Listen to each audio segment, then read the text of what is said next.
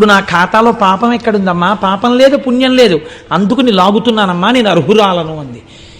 విశ్వాసం నిజంగా ఉన్నది నీకు, ఈవిడికి మోక్షం ఇస్తున్నాను. చూసావా పార్వతి?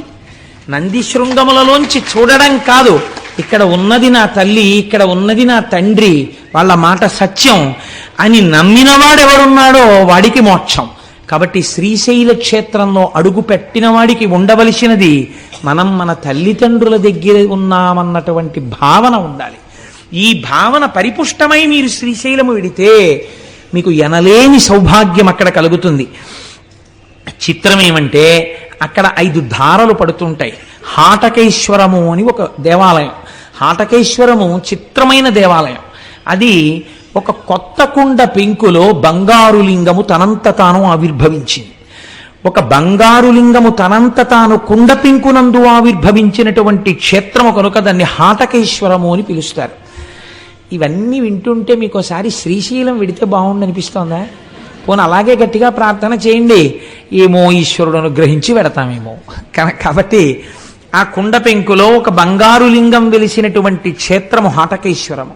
మీరు ఆ హాటకేశ్వరం దగ్గర మెట్లు బాగా కిందకి దిగి వస్తే పాలధారలు, పంచధారలు అని పడుతుంటాయి. ఇవి సాధారణంగా ఏం చెప్తారంటే, మీరు ఎవరినైనా అడిగితే పాలధారలు అంటే అదిగో చూశారంటే తెల్లగా ఉన్నాయి, అందుకని దీని పేరు పాలధార. అవి ఏమిటో తెలుసా అండి? పంచధారలు అంటే పంచదార కలిపి నీళ్ళల్లా ఉంటాయండి, అందుకని పంచదారలు అంటారు. అలా కాదు, వాటి పేరు పాలధార. అంటే పరమశివుని యొక్క లలాటమునకు తగిలిపడినటువంటి ధార పాలధార. అంటే అగ్ని, జ్ఞానాగ్ని నేత్రమైనటువంటి ఆ కంటి మించి పైనుంచి జ్ఞానగంగ మరింతగా తగిలి కింద పడినటువంటి ధార. ఇది శివుడి యొక్క లలాటమును తగిలి వస్తున్న ధారాని మీరు లోపలికి పుచ్చుకుంటే ఉత్తర క్షణము మీరు గొప్ప ఫలితాన్ని పొందుతారు. ఎందుచేత ఇలా ఏర్పడింది? శివాలయంలో తీర్థం ఇవ్వరు కాబట్టి సాక్షాత్తు సాకార రూపుడైన శంకరుడికి తగిలిపడినటువంటి ధార పాలధార. పంచధారలంటే 5 రకములుగా ప్రకాశిస్తున్నటువంటి భగవంతుని యొక్క శిరస్సులకు తగిలిపడిన ధారలు. కాబట్టి నేను చూస్తూ ఉంటాను, చెప్పులతో వెళ్ళిపోతూ ఉంటారు. కనీసం అక్కడ మాత్రం మర్యాద పాటించాలి. ఆ తీర్థం తీసుకునేటప్పుడు ఒక సంవత్సరం మేమందరం అక్కడికి వెళ్ళాము. వెడితే అక్కడ శంకర భగవత్పాదాచార్య స్వామి తపస్సు చేసి అక్కడే శివానంద లహరి చెప్పారు. అక్కడ ఆయనకి భ్రమరాంబికాదేవి ప్రత్యక్షమైంది. అంత పరమపావనమైన క్షేత్రమని మేము అక్కడ శంకరాచార్య స్వామి వారి ముందు నిలబడి ఆ తోటకాచార్యకృతమైనటువంటి శంకరాచార్య స్వామి వారి అష్టకాంతో స్వామికి నమస్కారం చేసి తిరిగి వచ్చాం.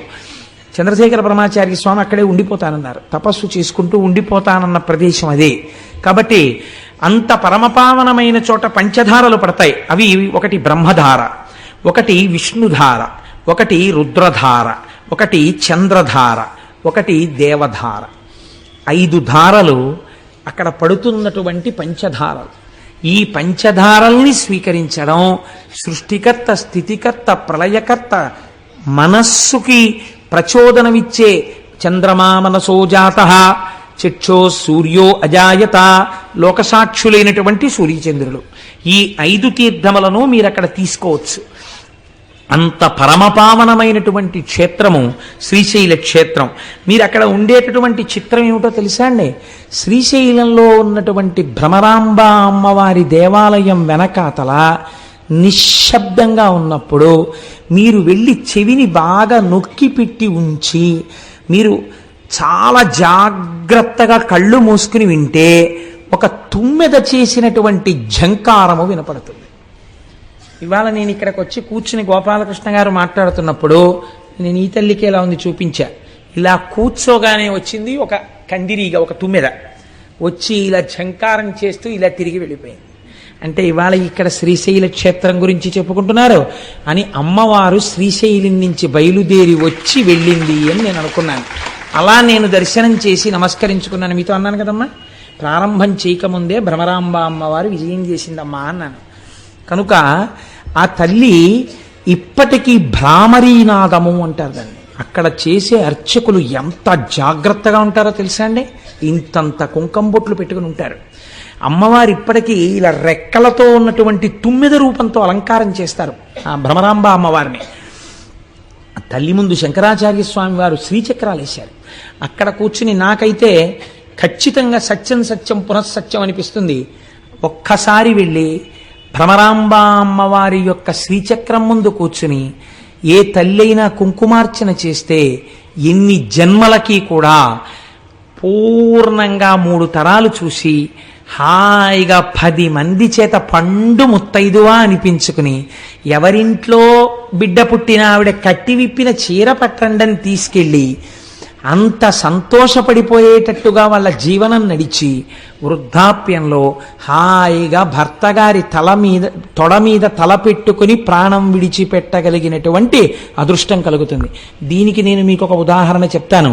మీకు జ్ఞాపకం ఉందో లేదో, నేను భాగవతం చెప్పే రోజులలో ములుగు హనుమంతరావు గారిని హైదరాబాద్ నుంచి ఒక మహానుభావుడు ఇక్కడికి వచ్చారు. వారి భార్య గారికి క్యాన్సర్ వచ్చింది. క్యాన్సర్ వచ్చి హాస్పిటల్లో పెట్టి రేడియం ట్రీట్మెంట్ ఇచ్చారు. రేడియం ట్రీట్మెంట్ ఇస్తే ఆ తల్లి చాలా శోషించిపోయారు. ఆవిడ పేరు కూడా గిరిజాదేవి. సర్వమంగళా స్వరూపంగానే ఉండేవారు మహాతల్లి. ఆవిడ బాధ భరించలేక ఇంకా ఎక్కువ కాలం ఉండరండి, ఉంచుతారా తీసుకెళ్ళిపోతారా అని అడిగారు. అడిగితే ఆవిడికి తెలిసిపోయింది, ఈ ఉన్న కొద్ది రోజులు నేను మిమ్మల్ని చూస్తూ ఇంట్లో ఉంటాను, నన్ను తీసుకెళ్ళిపోండి అని అడిగారు.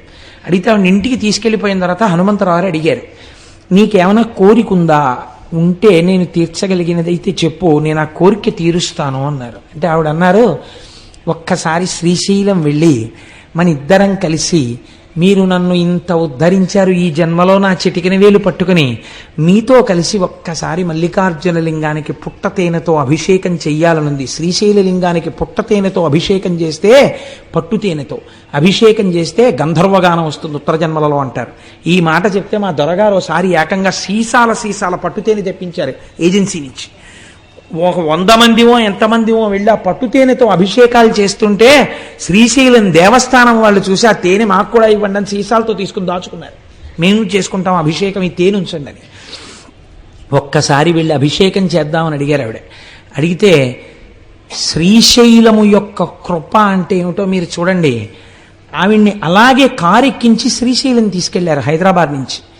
ఆవిడ శ్రీశైల మల్లికార్జునుడి సన్నిధానంలో భర్తగారితో కలిసి అభిషేకం చేసి, పసుపు కుంకాలతో నేను వెళ్ళిపోతాను ఖాయం, ఇన్ని జన్మలకి నేను ఇలాగే పసుపు కుంకాలతో నా భర్త ముఖం చూస్తూ ఆయన తొడ మీద తల పెట్టుకుని ఆయన వంకే చూస్తూ ఆయనతో కలిసి నామం చెప్తుండగా నా నోరు ఆగిపోయినప్పుడు కన్నుల నీరు లేకుండా మీరు నామం పూర్తి చేస్తుండగా పసుపు కుంకాలతో మహాపర్వంలో వెళ్ళాలని కోరిక నా స్వామి తీరుస్తాడని ఆవిడ భ్రమరాంబికాదేవి దగ్గర ఉన్న శ్రీచక్రానికి కుంకుమార్చన చేసి ఇంటికి వచ్చారు.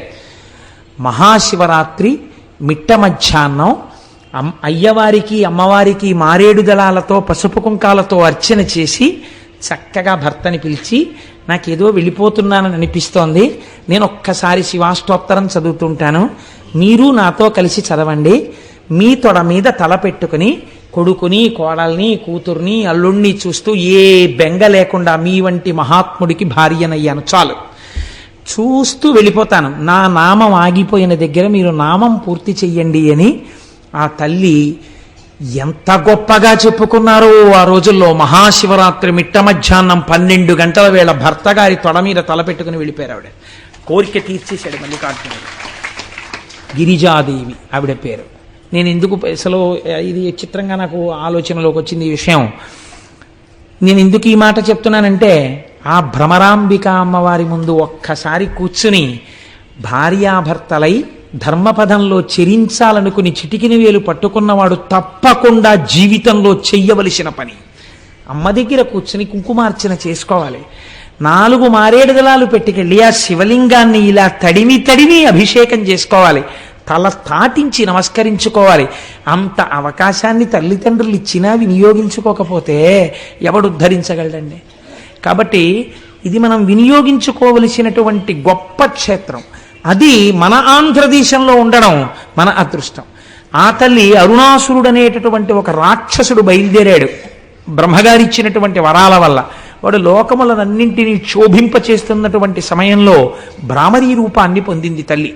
భయంకరమైన యుద్ధం చేసిన తర్వాత భ్రామరీ రూపంతో వెళ్ళి ఆవిడ ఆ అరుణాసురుణ్ణి సంహారం చేసింది. ఇప్పటికీ కూడా శాస్త్రంలో ఏం చెప్తారంటే, శ్రీశైల మల్లికార్జునుడు మల్లెపువ్వైతే అమ్మవారు సారగ్రాహి. ఎప్పుడు